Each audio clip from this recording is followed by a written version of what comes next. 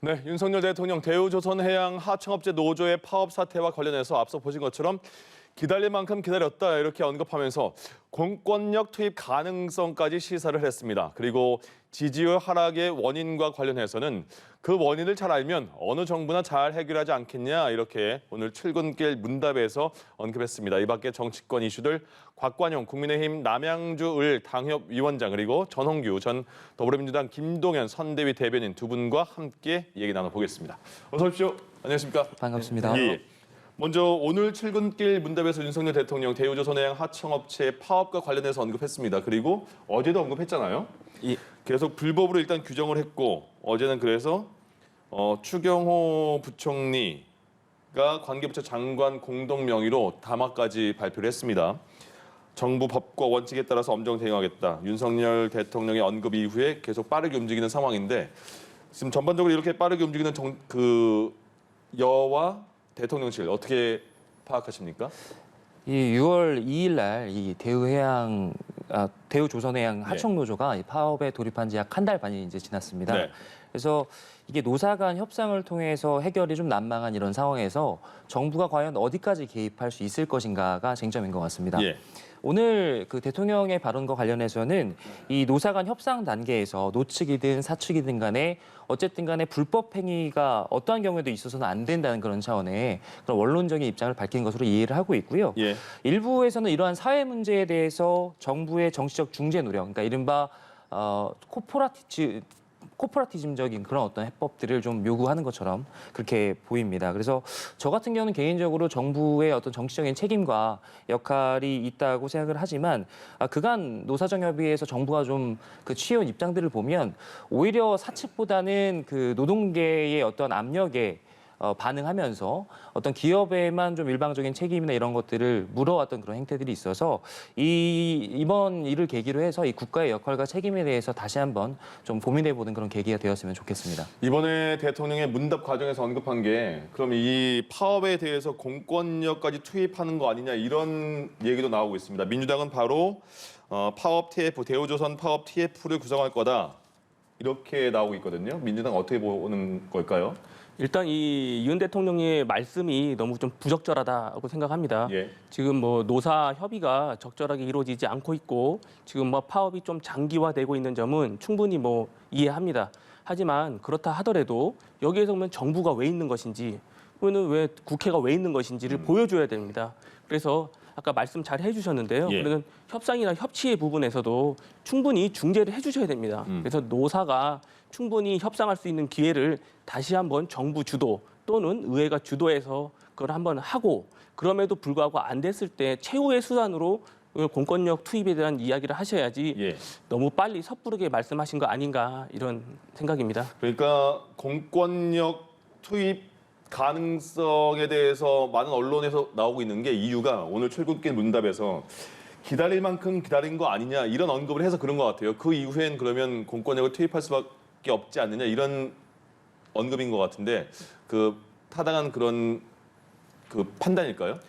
이게 사실은 말씀하신 대로 협의나 협상 과정에 있어서 정부가 어떤 역할을 하고 노사 측도 어쨌든 간에 서로 간의 입장을 좀 좁혀가면서 그런 과정들이 진행되는 건 가장 선행되어야 할 과정인 건 맞습니다. 그러나 지금 그런 과정들이 지금까지 없었던 것이 아니라 장기간 지속되어 왔고 그런 과정 속에서 서로 이견을 좁히지 못하면서 불법적인 행위가 자행되고 있는 것이거든요. 그런 부분들에 대해서 국민이나 기업의 어떤 재산권을 지키고 예. 또 적법한 어떤 절차에 대해서 그 수호해야 된다는 국가의 역할을 다하는 것은 어쨌든 원칙적으로 중요한 것이고요. 예. 다만 그 부분이 국민들께서 우려하시는 것처럼 어떤 폭력적인 행태나 너무나 강압적인 그런 모습으로 비치지는 않기를 바라고 있습니다. 지금 그 대우조선해양 하청업체 파업에 대해서는 또 노노 갈등 우려도 나오고 있는 것 같아요. 어떻게 마무리 짓는 게 좋을까요? 일단은 뭐 민주노총이라고 하는 뭐 거대 노총이죠. 그 민주노총에 소속돼 있는 노동자들도 계시지만 그렇지 않은 노동자들도 많이 계신 것도 사실입니다. 예. 그리고 그 노동자들끼리의 계층도 어느 정도 나눠져 있다 이런 비판도 많이 있는 것도 사실이기 때문에 예. 이런 부분도 함께 뭐 고려가 돼야 될 것이지만 그렇다 하더라도 이번 사태에서 너무 이렇게 급진적으로 뭐 공권력을 투입한다 이런 식으로 가는 것은 예. 결국 우리가 예전에 뭐 쌍용차 사태라든지 그런 것들을 좀 되돌아보고 다시 한 번 더 정부가 여기서 좋은 역할을 하시고 잘 중재를 하셔서 마무리를 짓는다면은 여기도 뭐 지지율도 다시 상승할 수 있고 국민의 신뢰를 얻을 수 있다 그렇게 예. 생각하고 있습니다. 알겠습니다. 자, 다음은 탈북어민 북송과 관련해서 통일부가 처음에 사진 한 10장 정도를 공개를 했습니다. 그리고 어제 다시 한 4분 정도의 그 사진 찍는 그 상황에서 한 직원이 촬영한 걸로 보이는 4분 정도의 영상까지 추가로 공개를 했거든요. 각 당이 여야의 평가가 상당히 다릅니다. 국민의힘은 이거 봐라. 그 의지가 있지 않았냐. 그 여기 귀순의 의지가 있는 거 아니냐. 딱 보기에 끌려가는 거 아니냐. 민주당은 정말 흉악범을 어떻게 같이 우리 국민과 함께 생활을 시키냐 이렇게 나오고 있어요. 통일부가 사진에 이어서 동영상까지 공개한 의도 어떤 이유일까요? 저는 아마 이 부분에 대해서 이 민주당 측 혹은 이제 야당 측에서 문제 제기하실 부분들을 미리 좀 알고 있습니다. 그래서 네. 이 부분이 어떤 정치적 의도, 그러니까 예를 들어서 국민들의 어떤 정서적인 부분을 건드림으로써 이 지금 논쟁이 되고 있는 지점에 대해서 조금 유리한 고지를 가져오려는 어떤 그 정부 부처의 의도가 있었다라는 말씀이신데 저는 이 공직자 개인이 촬영한 어떤 영상을 그 통일부라는 부처가 공식적으로 자료로서 이렇게 제공을 한 거에 대해서는 절적인 문제가 제기될 수 있다고 생각합니다. 예.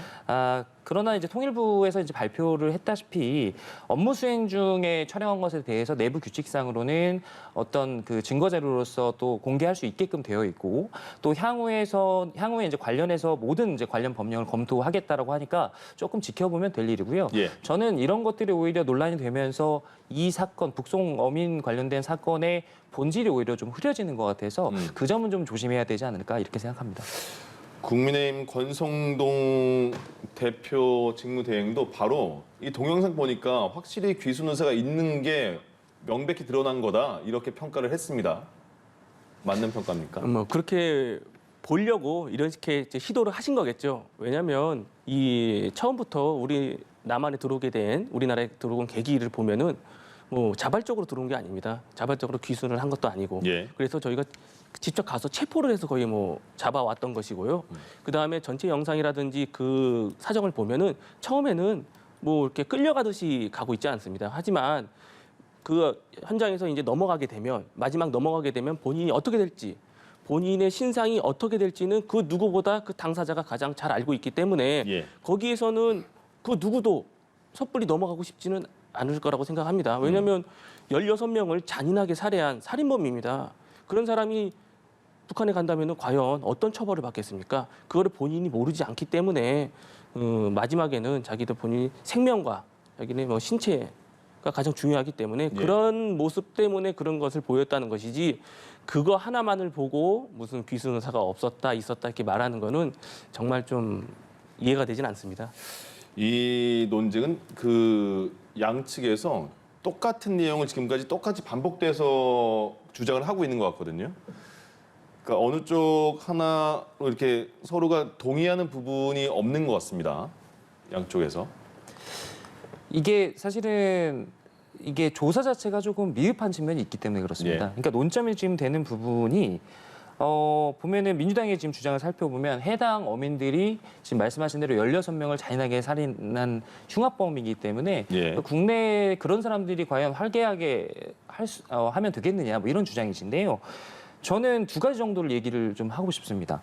이게 실질적으로 지금 북한에서 점유를 하고 있긴 하지만 엄연히 헌법상 북한도 우리의 부속 영토이고 따라서 귀순 의사를 밝힌 어민들도 지금 그 범죄 사실이 만약에 밝혀졌다면 국내법에 따라 처벌할 수 있는 여지가 있는 것이거든요. 그런 부분이 첫 번째가 하나 있고 두 번째는 2011년에 제가 이걸 보면서 조금 기시감이 들었던 게 2011년에 아덴만 작전에서 소말리아 해적들을 저희가 국내로 압송 처벌했을 당시에 비슷한 논란이 있었던 걸로 기억합니다. 예. 그런 어떤 해적질을 하고 이렇게 좀 범죄를 저질렀던 그런 사람들을 국민의 세금으로 과연 감옥에 보내고 밥을 먹여주고 하는 게 과연 온당한 일이냐는 이제 차원이었는데 그때 결국은 국제적인 어떤 인권 기준이나 이런 거에 따라서 국내에서 처벌을 했거든요. 이런 차원에서 그러면 그때 당시에 예를 들어서 저희가 이제 얘기하듯이 러시아 해군들은 납포를 하게 되면 기본적으로 바다에다가 바로 이제 직결 처분을 하고 이런 모습에 대해서 인권적으로 야만적이다 이렇게 주장을 했었었는데 그럼 여기에 대해서는 좀 어떻게 생각하는지 그런 점들이 좀 궁금합니다. 미국 국무부에서도 이런 질문이 들어왔더라고요. 그러니까 국무부가 처음에 북한에 대한 우려는 대량 살상 무기에만 국한된 게 아니다. 북한 체제 인권 기록에 대해서 깊이 우려를 하고 있다. 그런데 다만 개인의 추방과 관련해서는 그 절차에 대해서 이야기하는 건 한국 정부에게 맡겨야 한다. 이 정도로 약간의 어느 정도 선을 뒀습니다. 미국 국무부가 이 정도의 그 표현을 한 거에 대해서는 어떻게 받아들이세요?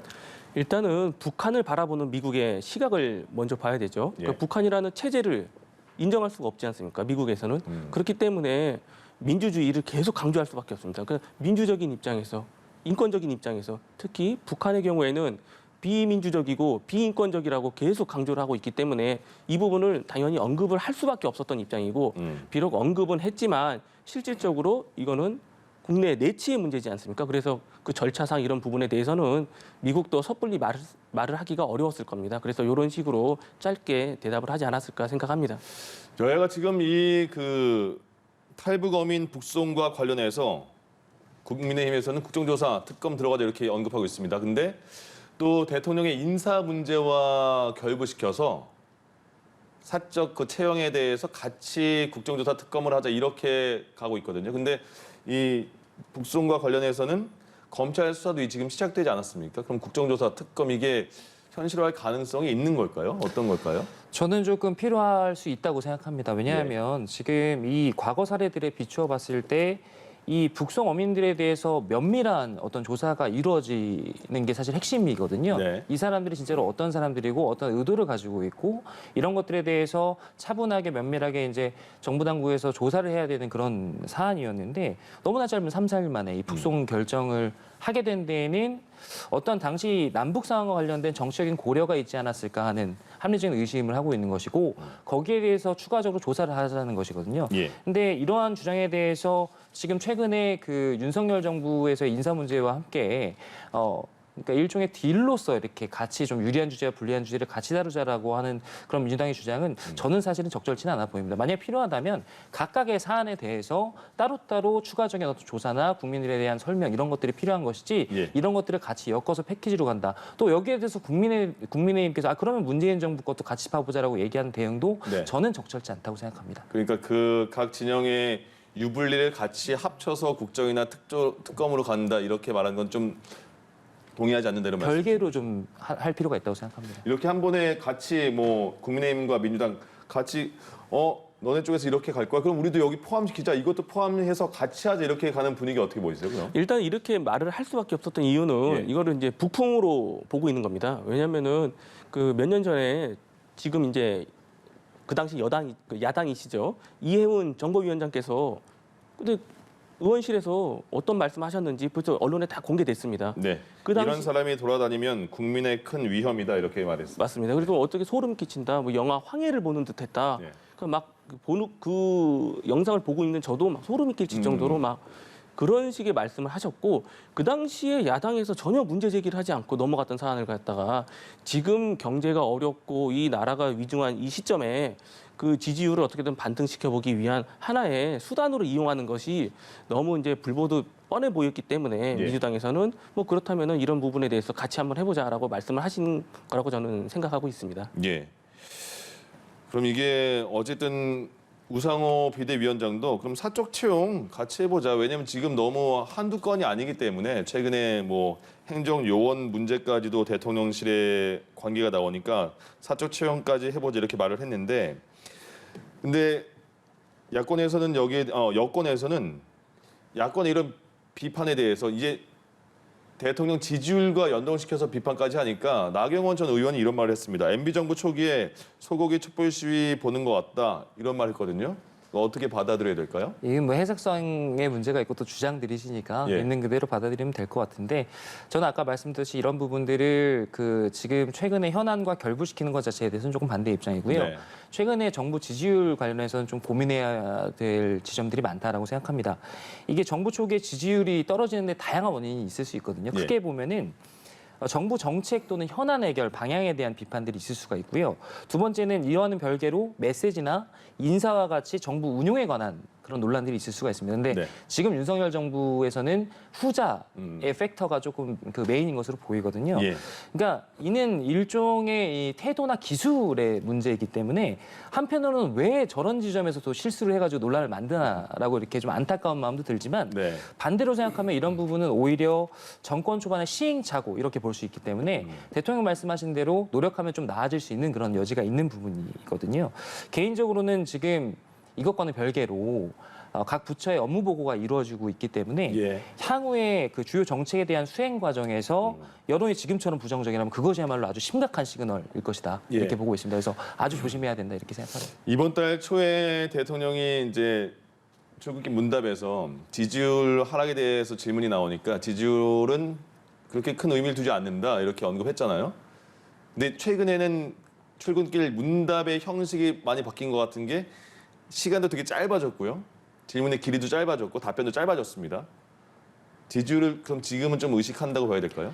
바로 지금 그런 부분인데요. 이게 기술적인 차원인 겁니다. 지금 그 정권 쪽에 처음에 도어 스태핑이 상당히 신선하고 새로운 시도이긴 했지만 예. 여러 가지로 그 형태가 너무나 세련되지 못하다는 점에 대해서 지적이 있었고 예. 그 부분들이 보완되고 있는 거고요. 그 지지율에 전혀 신경 쓰고 있지 않다가 최근에 쓴다 뭐 이런 것보다는 네. 어떻게 지지율에 의미가 없을 수 있겠습니까? 그때도 계속해서 신경을 쓰고 있었지만 말씀을 그렇게 조금 더 노력하겠다 이런 식으로 하신 거죠. 민주당은 계속해서 사적 채용 논란이 굉장히 지금 중요한 부분이다 이렇게 공세를 펴고 있잖아요. 어떤 점이 가장 문제일까요? 일단 아까 말씀해 주신 것 중에 두 가지 뭐 전자 후자 말씀하셨는데 첫 번째는 뭐 정책이라든지 어떤 아젠다 부분 이런 부분보다 이제 이런 인사라는 쪽에 더 후자에 뭐 방점을 뒀다 말씀하시는데 그 이유는 일단은 정책이나 아젠다를 제대로 제시를 못 하고 있습니다. 지금까지. 그러니까 제시를 안 하시고 있기 때문에 그거에 대해서 뭐 지적이라든지 어떤 것들이 없는 거고요. 예. 그래서 그 부분에 대해서보다는 지금 하고 계신 것들은 다 좀 사적 채용과 관련된 부분, 채용에서의 어떤 문제점들이 계속 발생되고 있지 않습니까? 그리고 이것을 바라보고 있는 그 시선들이 좀 너무 좀 국민의 시선과 다르지 않느냐. 그 부분은 좀 고치셔야 된다. 예. 그래서 왜냐면 다 별정직 공무원을 채용하는 과정은 여야 누구나 다 알고 있습니다. 하지만 그렇다 하더라도 그런 별정직 공무원이 어떻게 꼭 이상하게 윤석열 대통령과 영부인 그리고 그 측근 몇 명의 친인척이라든지 이해관계자들만 이상하게 다 들어오고 있지 않습니까? 그분들이 역량이 있고 능력이 있어서 뽑았다. 그럴 수 있죠. 얼마든지 능력 있고 역량 있으면 뽑아도 되는데 이상하게 모든 사람들이 좀 그렇게 들어가는 것처럼 보이니까 문제가 되는 거다. 그리고 이런 거에 대해서 국민들이 비판을 하고 안 좋게 시선을 보인다면 그냥 반성하고 죄송하다고 하고 좀 고치시면 되는 건데 지금까지는 한 번도 인정을 안 하시고 오히려 더 강하게 나가시니까 좀 문제가 더 커지고 있는 것 같습니다. 알겠습니다. 그러면 이번에는요. 국민의힘 장제원 의원과 권성동 당대표 직무대행, 이른바 윤핵관의 핵심으로 꼽히는 두 의원인데 얼마 전에 점심을 먹으면서 좀 어느 정도 풀었다 이런 말은 했는데요. 그 이후에 바로 그 행정요원, 대통령 행정요원 권성동 직무대행이 내가 추천했다. 7급인 줄 알았는데 9급 줘서 내가 서운했다. 내가 압력까지 넣었다. 이렇게 말을 했습니다. 바로 장제원 의원이 말씀이 무척 거칩니다. 이렇게 반격을 했고요. 근데 오늘은 또 다시 어제인가요? 그 바로 그렇게 공개 저격한 데 대해서 또 질문이 오니까 그거는 뭐 견제 차원에서 한 거고 전당대회 빨리 할 필요가 없는 게 지금 직무대행으로 한 게 우리가 의원총회에서 다 의견을 모은 거니까 그거는 존중한다 이렇게 말을 했습니다. 둘이 관계는 왜 이렇게 어긋난 듯 보였다가 다시 봉합된 듯 보였다가 이런 상황이 반복될까요? 이게 무슨 정치권에서 마치 무슨 브로맨스 보는 것처럼 예. 이렇게 되는 것 같아서 조금 재밌게 보고 있는데 그 워낙에 두 분께서 예전부터 친분이 있는 것으로 알려져 있고 또 대통령 선거 때까지 쭉 그런 모습들을 이제 함께 힘을 합쳐서 정권 교체를 이뤄내는 이런 모습들을 보이다 보니까 아무래도 좀 관심이 집중되는 측면이 있는 것 같습니다. 근데 이 건 관련해서는 일단은 권성동 원내대표께서 조금 실책한 측면이 있으시죠. 예. 아무리 그래도 표현 자체를 무슨 압력을 넣었다든지 그다음에 물론 별정직 공무원과 그 저기 시험을 봐서 들어가는 공무원과는 좀 다르지만 아무리 그래도 뭐 7급, 9급 이런 얘기들을 해가면서 국민들한테 당당한 태도를 일관하는 것은 아까 전에 말씀하신 대로 조금 이런 인사 문제와 관련해서 현재 많은 비판들이 있기 때문에 좀 겸허하고 낮은 자세로 예. 좀 둘 필요가 있는 그런 책임 있는 그런 모습은 아니었다고 생각하고요. 그리고 마찬가지로 장제원 의원 같은 경우는 거기에 대해서 여러 가지로 비판할 수 있겠지만 두 분이 그렇게 가까운 사이라면 비공식적으로 여러 가지 연락을 취하든지 해서 조금 그런 잘못된 부분을 지적하고 또 해소할 수 있지 않겠습니까? 이제 예. 그런 부분에 대해서 공개적으로 이렇게 저격을 하고 뭐 이런 부분들은 사실상 국민의힘 내부적으로도 좀 많이 우려가 되고 국민들이 보시기에도 좋지 않을 것 같은데요. 예.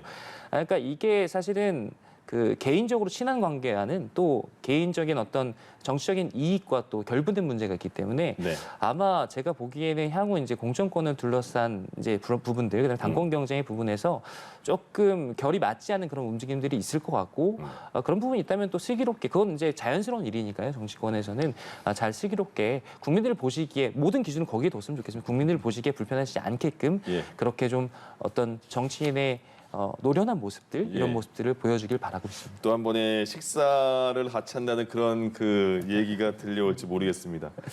김성태 전 의원, 염동열 전 의원, 국민의힘에서 또 윤리위에서 징계가 내려졌습니다. 각각 당원권 정지 3개월씩 내려졌거든요.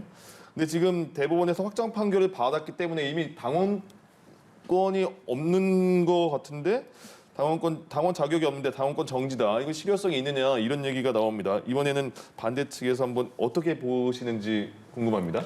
일단은 좀 터무니없는 것 같고요. 예. 왜 그러냐면은 최근에 또 하나의 또 징계건이 하나 있었죠. 네. 이준석 대표. 예. 대표는 어쨌든 성비위와 관련돼서 직접적인 징계가 아니라 네. 그거에 대해서 증거 인멸 교사 혐의로 6개월을 받았단 말입니다. 네. 근데 이거는 채용 비리와 관련돼서 대법원 확정 판결을 받았음에도 불구하고 3개월을 받았단 말입니다. 잠시만 정리해드리면요. 김성태 전 의원은 2012년 국정감사 당시에 이석채 당시 KT 회장의 증인 채택을 무마해주는 대가로 딸이 정규직에 채용됐다는 혐의로 기소돼서 대법원에서 징역 1년 집행유예 2년 확정이 됐고요. 염동열 전 의원 2012년 강원랜드 인사팀장에게 압력을 넣어서 부정 채용에 관여한 혐의 징역 1년 실형이 확정돼서 지금 수감 중입니다. 예. 이런 범죄들과 물론 뭐 성비에 관련돼서도 직접적이는 않지만 뭐 증거인멸 교사라는 것도 큰 범죄이긴 하지만 그건 아직 형사 처벌을 받지도 않았고 예. 아직 의혹 단계인데도 불구하고 그것은 당원권 정지 6개월이고 이거는 3개월을 내렸다 이런 부분에서 과연 국민들이 또 그 국민의힘 지지자들께서 어떻게 예. 바라보고 있을지는 불보듯 뻔할 것 같고요. 그래서 지금 권력 다툼이 너무 심한 거 아니냐, 내부 권력 다툼이. 그래서 예. 그런 부분에 대해서 빨리 정리가 돼야 아무래도 대통령실과 여당이 함께 잘 국정을 이끌어 나갈 수 있을 것 같습니다. 이 윤리위의 결정에 대해서 홍준표 대구시장도 비판의 목소리를 냈고요. 당장 이준석 대표는 또 어떻게 생각할지도 궁금합니다. 어떻게 보세요, 이 결정에 대해서? 우선 지금 이 부분이 뭐 갑자기 급속하게 원래는 그 계류 중이었는데 네. 그 이준석 대표의 징계건과 연동되다 보니까 좀 급속하게 윤리에서 결정된 것이 아니냐 뭐 이런 일각의 이런 시선들이 있는데 예. 그건 아니라고 말씀드리고 싶고요. 네. 다만 그 지금 형평성 관련된 문제들이 예. 제기될 수 있는 것이거든요. 물론 윤리에서는 밝히고 있습니다. 그 부분 자체가 지금 이준석 대표의 건과 연동에 대해서 그렇지 나름의 근거를 가지고 예를 들어서 친인척 관련된 그 부정 채용 관련해서 친인척 관련된 어떤 혐의가 명확하게 소명되지 않았다 뭐 이런 측면들을 들어서 나름의 근거를 가지고 있는데 비교되다 보니까 예. 형평성의 문제가 제기될 수 있는 것 같고요. 말씀하신 대로 좀 그 부분인 것 같습니다. 만약에 이 건이 이준석 대표의 건이 완벽히 경찰 수사가 완료된 시점에서 이런 징계가 내려졌다면 이런 부분에 대한 그런 논란이 좀 적을 것 같은데 예. 그렇지 않다 보니까 조금 아쉬운 측면은 있고요. 홍준표 대표의 글을 저도 봤는데 네. 이 부분은 뭐 정치인으로서 그러니까 여기서 과도한 해석을 하는 것도 저는 바람직하지 않은 것 같습니다. 무슨 뭐 대권행보다 뭐 이렇게 얘기를 하는데 뭐 대구시장이든 어디 경기도지사든 중앙정치에 대해서 어떠한 논평이나 의견을 내실 수 있는 것이고 그러나 이제 홍준표 대표 같은 경우는 워낙에 그 뭐랄까 인지도나 관심도가 높은 정치인이다 보니까 지금도 은연중에 대표라고 언급하시네요.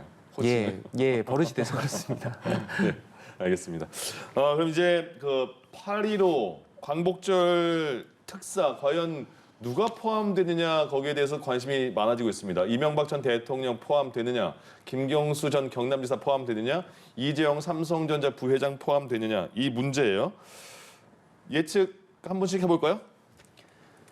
좀 원론적인 답변을 드릴 수밖에 없을 네. 것 같습니다. 일단은 지금 최근의 상황, 그 어려운 경제 상황 이런 걸 봤을 때 아무래도 이재용 부회장에 대한 그 사면 논의가 조금 적극적으로 이루어질 것 같다는 예상은 들고요. 예. 나머지 어떤 정치적인 그 정치인들에 대한 부분들, 그 부분들은 상당한 고도의 정무적인 판단이 필요한 일이고 또 대통령이 가지고 있는 그 아주 고유의 권한이 사면권이기 때문에 예. 여기에 대해서 조금 아마 면밀한 검토, 정무적인 검토를 하시지 않을까 싶고요. 다만 제가 한 가지 이야기하고 싶은 것은 어떠한 이 사면권이 행사됨에 있어서 그 여야 간의 어떤 관계에 따라서 좀 딜이 이루어지는 것처럼 그 교환 관계로 사면권을 놓고 논쟁하는 건 저는 좀 바람직하지 않다고 봐서요. 예. 각각에 따라서 좀 판단할 수 있게끔 그렇게 여론도 좀 봐주시면 좋을 것 같습니다. 너무 원론적인데요. 예, 지금으로서는 사실은 그렇게 답변 드릴 수밖에 없을 것 같습니다. 알겠습니다. 어떻게 예측하시겠어요? 네, 비슷하게 대답하실 것 같은데요? 예, 저도 좀 비슷한 뭐 생각을 갖고 있습니다. 일단 이재용 부회장의 경우에는 현 경제 상황이 너무 어렵다 보니까 좀 국민적인 여론도 좀 사면론이 좀 많이 높은 것으로 지금 좀 보이고 있습니다. 다만 이명박 전 대통령의 경우에는 네. 조금 국민 여론이 지금 많이 안 좋은 상황인 걸로 알고 있고요. 그래서 하지만 좀 최근에 뭐 형 집행정지도 받았고 그리고 지금 상황에서는 사면을 하시려고 생각을 하시고 계신 것 같으세요. 근데 일단 사면권이라는 거는 대통령의 그 고유 권한이기 때문에 예. 그거를 행사하는 것 자체는 뭐 대통령께서 알아서 하셔야 될 문제이시고 예. 다만 그 결과에 대해서도 대통령께서 책임을 지시면 된다. 네. 저는 그렇게 보고 있고 다만 또 아까 여기 또 다른 분들 이름이 언급되셨는데 예. 그런 분들은 이번 사면에 과연 대상이 되는 게 옳은가에 대해서 저도 옳지는 않다. 이런 것이 사면권이라는 게 여야가 뭐 정치적으로 타협해서 뭐 누군가는 넣고 빼고 이렇게 할 수 있는 본질적 문제는 아니라고 생각합니다. 그래서 저도 이 정도로 말씀드리겠습니다. 거의 비슷하긴 하네요. 왜냐하면 경제가 안 좋기 때문에 이재용 부회장까지는 어느 정도 가능성이 있는 것 같은데 정치권과 관련된 인사들에 대해서는 조심스럽다. 여기까지 이렇게 정리하면 될까요? 그 조금 추가적으로 말씀드리면 네. 지금 만약에 그 대통령 정권 초기이기 때문에 대통령에 대한 지지율이 아주 높고 뭔가 그 자율권을 많이 행사할 수 있는 그런 공간이 있다면 예. 사실은 조금 더 폭넓은 고려도 가능하다고 보는데 지금 사실은 그런 상황은 아니기 때문에 조금 그런 부분들이 구조적인 제약이 될 수는 있다 이런 예상을 한번 해봅니다. 알겠습니다. 여기까지 듣겠습니다. 곽관영 국민의힘 남양주 을 당협 위원장, 전홍규 전 더불어민주당 김동연 선대위 대변인 두 분과 정치권 얘기 나눠봤습니다. 고맙습니다. 고맙습니다.